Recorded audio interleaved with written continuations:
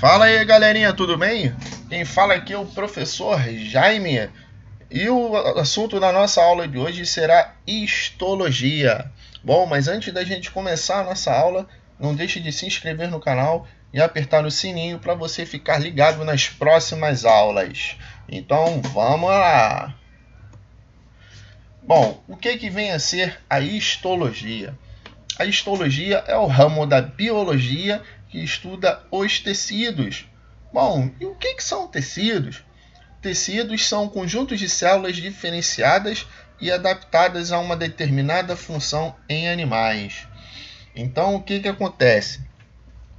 Existem tecidos somente em animais? Não, existem tecidos em plantas, existem tecidos em fungos, né? Então, todos os organismos multicelulares, eles podem ter tecidos, mas o que nós vamos estudar hoje são tecidos animais, mais especificamente tecidos humanos. Bom, então o tecido ele pode ser dividido em 4 tipos de tecido: tecido epitelial, conjuntivo, muscular e nervoso. Então, primeiramente, nós vamos ver o tecido epitelial. E quais são as características do tecido epitelial? Bom, primeiramente, células justapostas. O que quer dizer isso? São células muito juntas, muito unidas. Então, o tecido epitelial ele é o tecido que reveste a camada externa da nossa pele, né? Então, ele possui as células muito juntas, justamente para evitar que a gente perca água, né? Desidratação, e também servir como função protetora, que a gente vai ver mais para frente as funções do epitélio. E por essas células serem muito justapostas, o que vai acontecer? Elas possuem pouca ou nenhuma substância intercelular, tá? Ou seja, substância entre as células.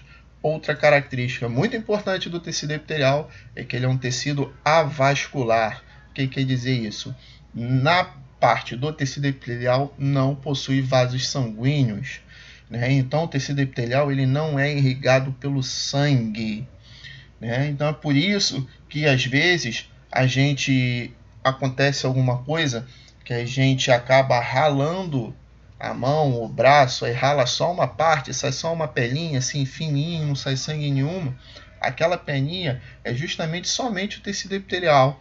Então não sai o sangue por quê? Porque o tecido epitelial ele não é nutrido pelo sangue. E a nutrição do tecido epitelial ela vem do tecido conjuntivo, que está logo abaixo dele, né? E entre esse tecido epitelial e conjuntivo, nós vamos ter uma membrana basal que vai fazer essa separação. E qual é a origem do epitélio? O epitélio ele pode ter origem de 3 partes da nossa pele: a ectoderme, a endoderme e a mesoderme. Depois nós vamos ver esses 3 pontos aí separadinhos mais para frente. Bom, tipos básicos do tecido epitelial. O tecido epitelial ele pode ser um tecido epitelial de revestimento e tecido epitelial glandular.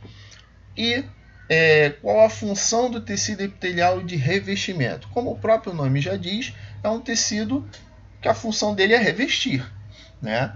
Ou seja, é a pele, revestimento externo, composto de 3 camadas: a epiderme, a derme e a hipoderme, né? Então, nós vamos encontrar também o epitélio na mucosa, revestimento interno com abertura para o meio externo, ou seja, exemplo, mucosa bucal, anal, vaginal. Então, a mucosa da boca, a parte interna da boca, ela é revestida por tecido epitelial, né? Então, o tecido epitelial ele vai revestir essa mucosa da boca.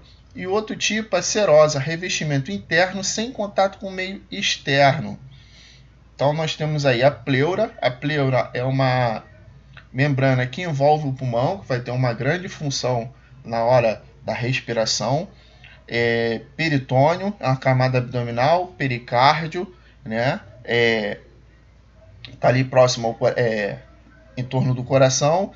Então, o que acontece? Então, o epitélio ele não está só fora, ele não reveste somente fora do corpo, ele reveste também as cavidades internamente do corpo. Então, ele não vai ser só a gente pensar, tecido epitelial é somente a pele, reveste só o lado de fora. Não, ele também reveste os órgãos, reveste toda a parte interna do corpo também. Então, nós temos aí revestimento, recobre a superfície externa do corpo e o interior dos órgãos cavitários. Pode ser simples, uma camada de células, estratificados, com mais de uma camada, e os pseudoestratificados, que é uma camada de células de diferentes alturas, né? Então, pseudo significa falso. Então, quando a gente olha, a gente pensa, à primeira vista, a gente pensa que é um tecido estratificado, mas não é. Ele é pseudo-estratificado. Nós vamos ver isso aqui. Então, olha lá. Temos aqui as fotos dos tecidos. Então, aqui, ó, nós temos, esse é outro tipo também. O tecido ele pode ser dividido de acordo com a forma. Então, aqui nós temos um epitélio plano, né? Porque as células são achatadas, ó, bem planas. Epitélio cúbico. Outro detalhe, o plano pode ser chamado também de pavimentoso. O epitélio cúbico aparece um cubo, as células são quadradinhas. Temos o epitélio cilíndrico ou prismático, que eles já são mais compridos. Temos o epitélio cilíndrico ciliado. Olha lá em cima, lá parece que tem um monte de cabelinho. Aqui é um epitélio com várias células. Isso aqui, ó, é o pseudo estratificado, ó, que a gente vê as células são diferentes. Aqui já é um epitélio plano, né? Um epitélio pavimentoso estratificado. Esse é outro tipo também. Nós temos, pode ser pavimentoso simples ou estratificado, como a gente viu anteriormente, né? Que no caso seria isso aqui, ó. Ao pavimentoso simples, você só tem uma camada de célula. Pavimentoso estratificado, várias camadas.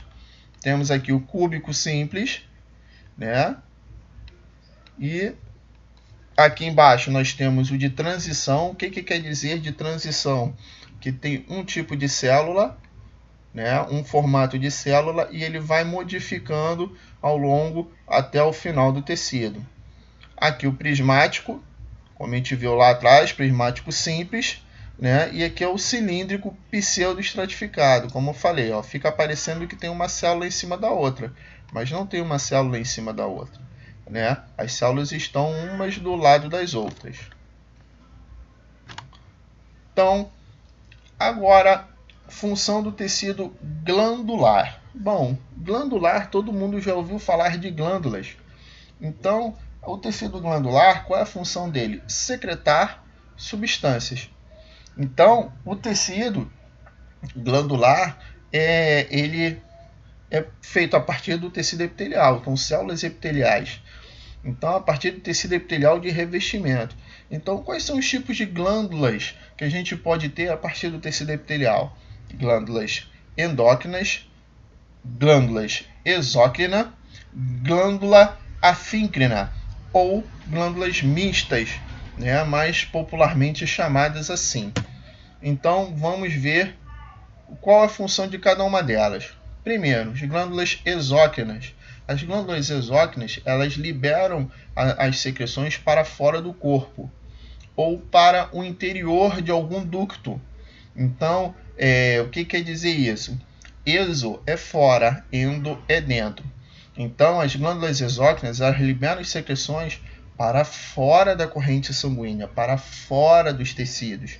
Então, nós temos exemplo aí de glândulas sudoríparas, salivares, sebáceas, gástricas, entéricas. São tudo células, são tudo glândulas que elas vão liberar a sua substância para fora, né? Para uma superfície. Agora, as glândulas endócrinas, elas eliminam as suas secreções, né, que são os hormônios, diretamente no sangue.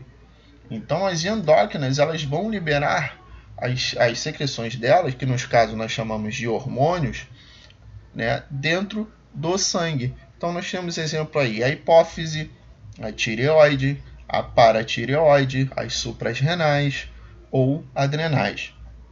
E as glândulas mistas? Bom, como o próprio nome já diz, as glândulas mistas eliminam as secreções tanto exócrinas quanto endócrinas.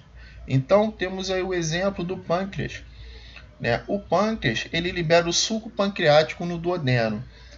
Ah, meu duodeno não é dentro do corpo? Mas beleza, vamos lá, ele libera na superfície, dentro de um ducto. Olha lá o que eu falei aqui, ó, dentro de um tubo, dentro do tubo digestório. Então essa é a função exócrina do pâncreas, liberar esse suco pancreático no duodeno.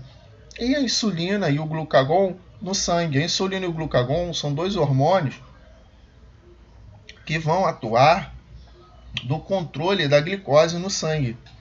Então, quando você tiver muito açúcar no sangue, o pâncreas vai lá e libera a insulina. A insulina vai transformar aquela glicose em glicogênio e armazenar. Quando você tem pouco açúcar no sangue, o pâncreas vai lá e libera o glucagon, que pega esse glicogênio e transforma em glicose novamente para poder ter açúcar no sangue. Bom, então aqui nós vamos começar o tecido conjuntivo, mas essa parte do tecido conjuntivo, para não ficar muito extensa, nós vamos deixar para uma outra aula. Tá beleza, galera? Então, por hoje é isso daí e não perca o próximo vídeo sobre o tecido conjuntivo.